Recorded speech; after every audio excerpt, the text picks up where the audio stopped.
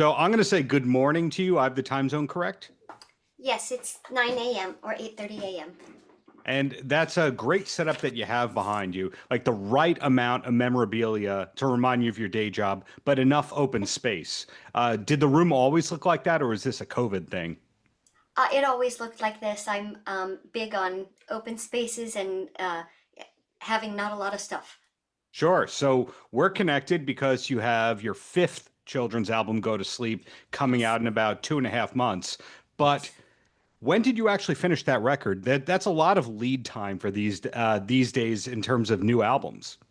Well, I finished it in the last month and a half, but my publicist Elizabeth says it takes a long time to get all the stuff in order.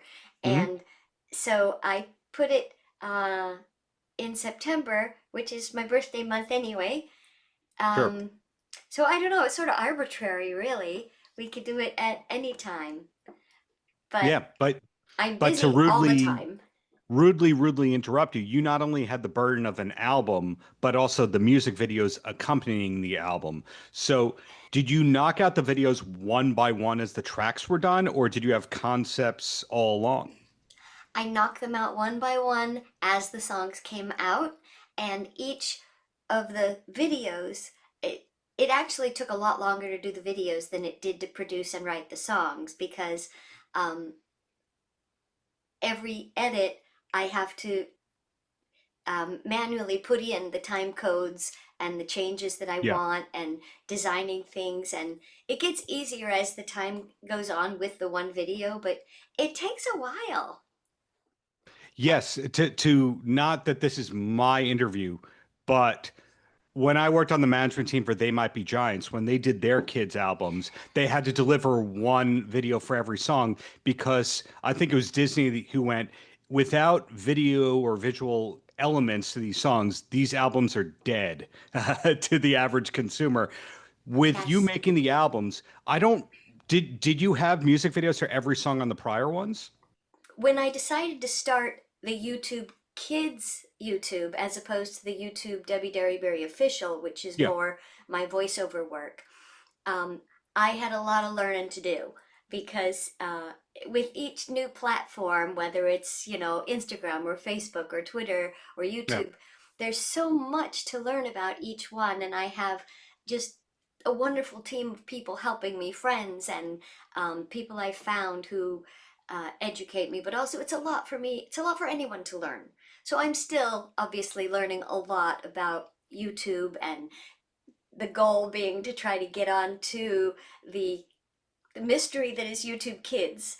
Right now I'm on Debbie Yeah. Derryberry Kids. Have not funneled yet into YouTube Kids. They require, get this, 4,000 viewing hours, which is a lot of viewing hours. So it's a goal and it's fun to work towards. And now that I have, my I've been writing kids music my whole life, so I have quite a backlog of uh, Right. songs to make videos for. Well, you didn't solicit this. I'm volunteering these compliments right here. If and when that happens, that's going to be like your fifth successful career going on at the same time. Because the voiceover work, we all know about that. But the coaching, I don't know if everybody realizes that you coach as well. The Yes. regular on camera work and regular on camera credits, this being the fifth solo record. There was a book, so you're also an author. There's also Honey Pig, which is your non children's musical entity. So here you are at this point of your career where you are on camera and off camera, author, the social media stuff, the music, the adult and the children's. Was this where you wanted to be way back when? So no, I did not plan on all these things. I have always loved singing, Hmm. and I kind of fell into voiceover 35 years ago and love it as well. And I always tell my students and my friends, people who are just starting their careers, if they're lucky enough to have a passion, to Hmm. pursue their passion, because then it's not really work, is it? It's just fun and you enjoy doing what you do every day. So like my whole holiday weekend, I've spent doing stuff that I love, which is music and doing my YouTube and uh, coaching and helping, just, and that's what I love to do. So no, I didn't plan on all these things. I just love all these things. Right. When you were growing up, your bio talks about getting a guitar at a young age, but were you ever punk or metal before all this happened with the children's world? Because I'm finding a lot of the people who are doing children's music these days were in alternative bands. That's funny. No, I always loved music that had great harmonies. So Hmm. for me, my listening ear started so young with anything that, sparked harmonies. And of course, the 1 4 5 harmonies are always the easy ones. But, with looking at what Jacob Collier does, or Beach Right. Boys, or people with amazing harmonies, that just sparks me alive. And that's what I love so much. I want to just go back for a second. You had talked about They Might Be Giants when Yeah. they were saying they needed the videos. It's a very small world. My neighbor down the street, 4 houses down, Mark Pender, actually Oh, plays trumpet trumpet for. legend. Yes. Yes. Yes. Yes. And I keep thinking, oh, maybe one day I'll do a song with They Might Be Giants. But I want to go back just another second to the music Sure. videos, because I did perform my kids' music live, like all over the country, so many years, and it was so much fun. Yeah. But it gets to be a slog and a lot of work and a lot of traveling, and with everything else I have going on, I thought the best source of longevity for me would be to combine my animation and my voices with my love for music. And so I created this character called Little Debbie, and Hmm. no relation to the snack cakes. None. Spelled different, different me. Um, and that way, Little Debbie can kind of do her own thing, live on, perform internationally, and and I can be in control of her and not have to leave and travel. I mean, I love to travel, but not, uh, Right. you know, do concerts all over because I'm so busy all the time. So that is an interesting topic to me where I find that there's a lot of musicians who they have their touring income, they have their touring business, etc., but they're also writing oriented people and they struggle with writing when they're on the road. Now, in your case, are you able to do voiceover work while you're on the road? Do you have a mobile setup? I do actually. I'm working a gig tomorrow, and the audition for it was done in Cornwall, England, while I was with my country band last month performing a festival there.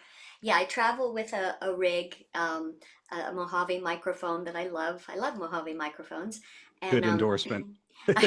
I'm a brand ambassador, but I really do like the microphones. They're, Hmm. to me, every bit as good as a Neumann. Nothing against a Neumann, but for the price, can't be a Mojave. Yeah, I have my computer and I have my interface, my the mic, the stand, and I usually just find a good location where I can put a bunch of pillows or go in their closet or wherever I think acoustically is the best, and I'll do my auditions there. If I have a job on the road, I'll usually, like, we were in Alaska for I was speaking as at a voiceover conference, and I had a voice job, so I called the local NPR station, and they let me go in because all the radio stations, of course, are great acoustics, and I did a Yeah. job there. And once when I was in England, I needed a job there, so I found a studio there. I could record from wherever I am, but it's easier not to have to engineer. Like when we were in Barbados, I found a great studio called Shoestring Studios, and I recorded a bunch of stuff there because we were there for a few weeks. Uh, I you didn't mention, but I do love to scuba dive, and I'm Oh, scuba diving like crazy all over the place. I just love it as long as it's warm.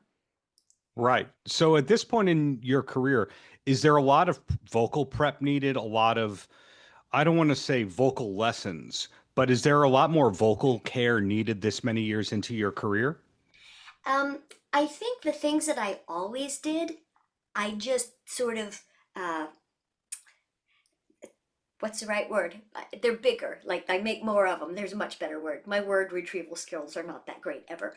But like, I don't smoke, but I really try not to be around smoke at all. Hmm. And I sleep with a humidifier. And if I'm somewhere where it's very dry, I'll get a humidifier. Hotels actually give you humidifiers. Or Things like loud restaurants. I don't like having to speak over things, so we'll find a quieter place. So things that I've always done to protect myself, I just do more of it. Got it. So it wasn't a case where you had vocal construct reconstructive surgery and then needed to change your ways. You've been pretty consistent all these years. And when I tell this to my students, but in exercise, they say, no pain, no gain. But that's not true in voiceover. If there's pain, you need to stop. So I try to choose voices in my auditions that I'm able to sustain for 4 to 8 hours because that's usually the length of a session. 4 hours. Yeah, If it's just you alone, it's really maybe 2 or 3 hours, but it's seldom just me alone. So, if they just consolidate my lines down into one script, I usually can knock out anything within an hour, even if it's interesting. feature. So going back to Go to Sleep, it's out in 2 months and change and all that. But how far ahead are you looking career-wise? I'm sure you've recorded some voice-over things that won't be out for 9 months or a year, and you're just keeping quiet, embargoes and all that. But are you booked into 2026 in terms of music?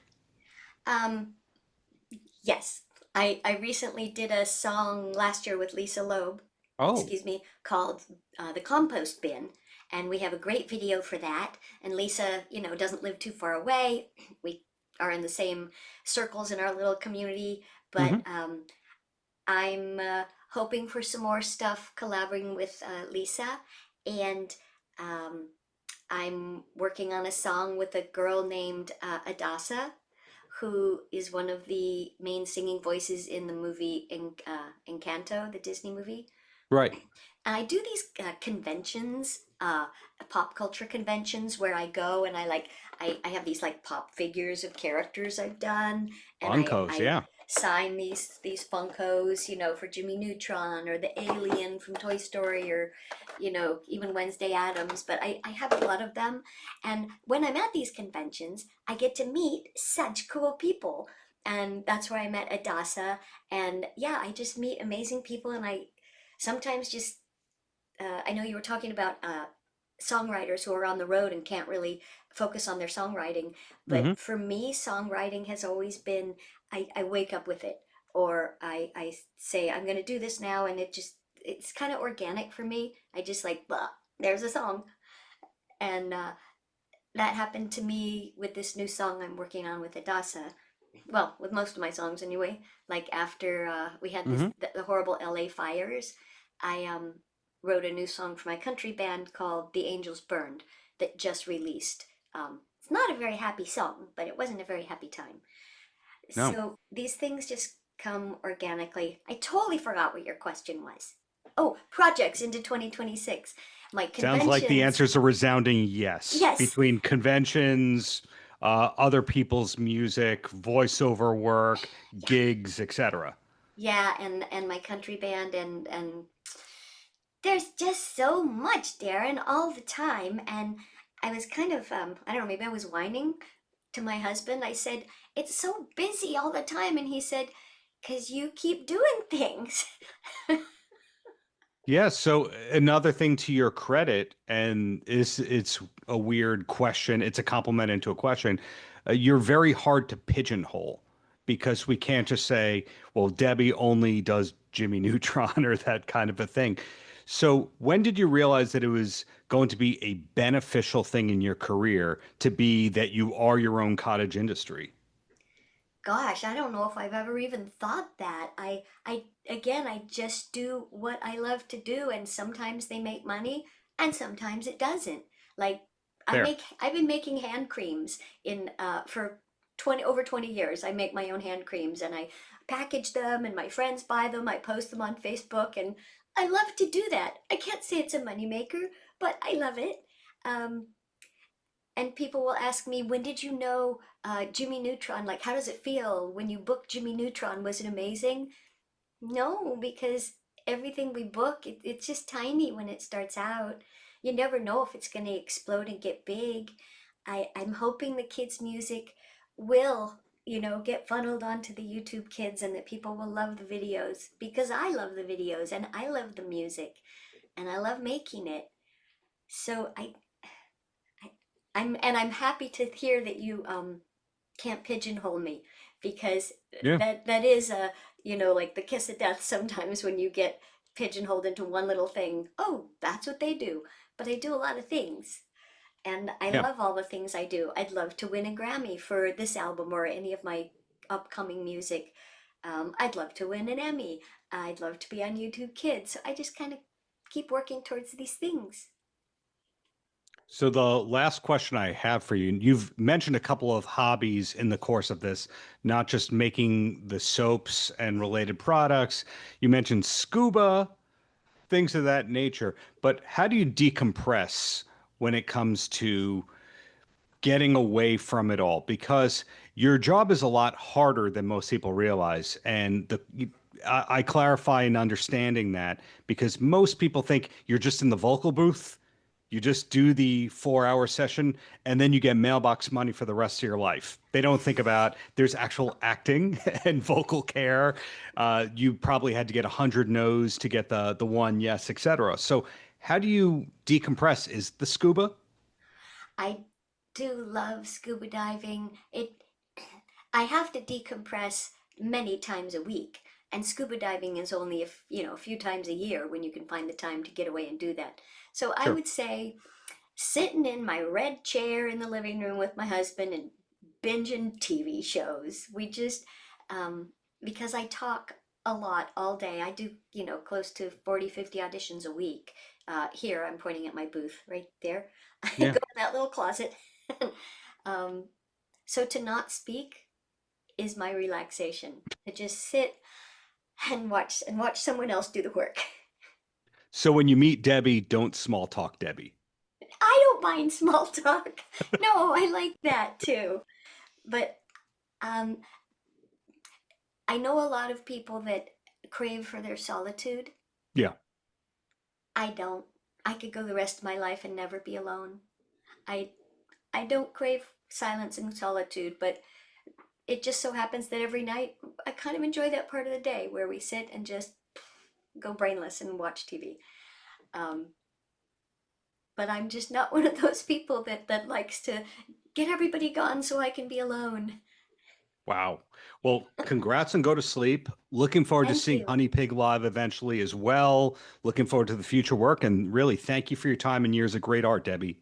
Darren, thank you so much for having me and for recognizing the Go to Sleep album. I have great hopes for it. Paltrocast.